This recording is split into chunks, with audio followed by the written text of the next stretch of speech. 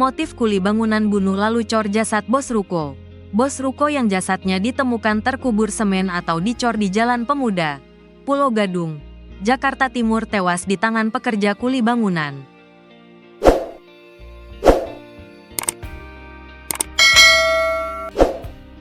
Korban berinisial JS, 69, dibunuh ZA, 35, seorang kuli bangunan yang sudah 2 tahun bekerja untuk JS, dan merupakan orang kepercayaan untuk menangani pengerjaan ruko.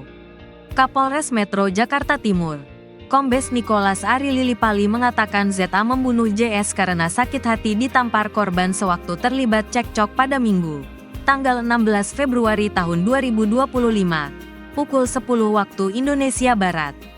Karena pelaku ditampar oleh korban, pelaku sakit hati, spontan melakukan penganiayaan atau pembunuhan, kata Nicholas di Mapolres Metro Jakarta Timur, Kamis, tanggal 27 Februari tahun 2025.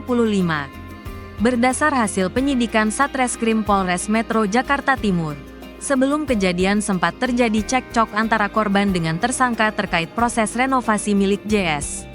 Awalnya korban yang datang mengecek pengerjaan mempertanyakan alasan para kuli bangunan mogok kerja, serta terdapat material bangunan sebelumnya dibeli hilang dari lokasi.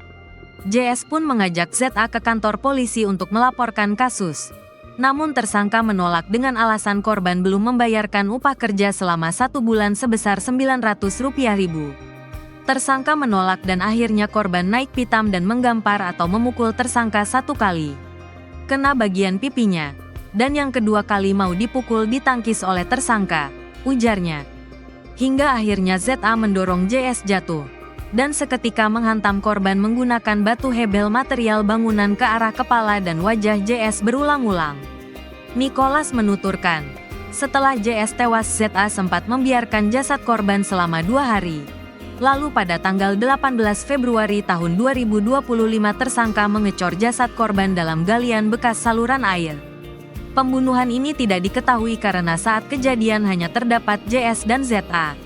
Ketika keluarga melapor ke Polres Metro Jakarta Timur pada tanggal 23 Februari tahun 2025 pun kasus dilaporkan sebagai orang hilang.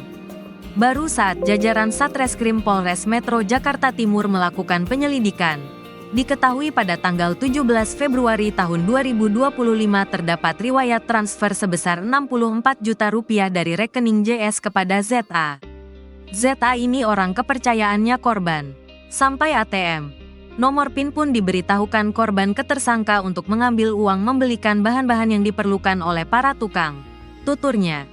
Setelah mendapati riwayat transfer, jajaran Satreskrim Polres Metro Jakarta Timur melakukan penyelidikan lebih lanjut lalu menangkap ZA di Cipete, Jakarta Selatan pada tanggal 26 Februari tahun 2025. Kepada penyidik ZA mengaku membunuh dan mengecor jasad korban di kedalaman sekitar 1 meter.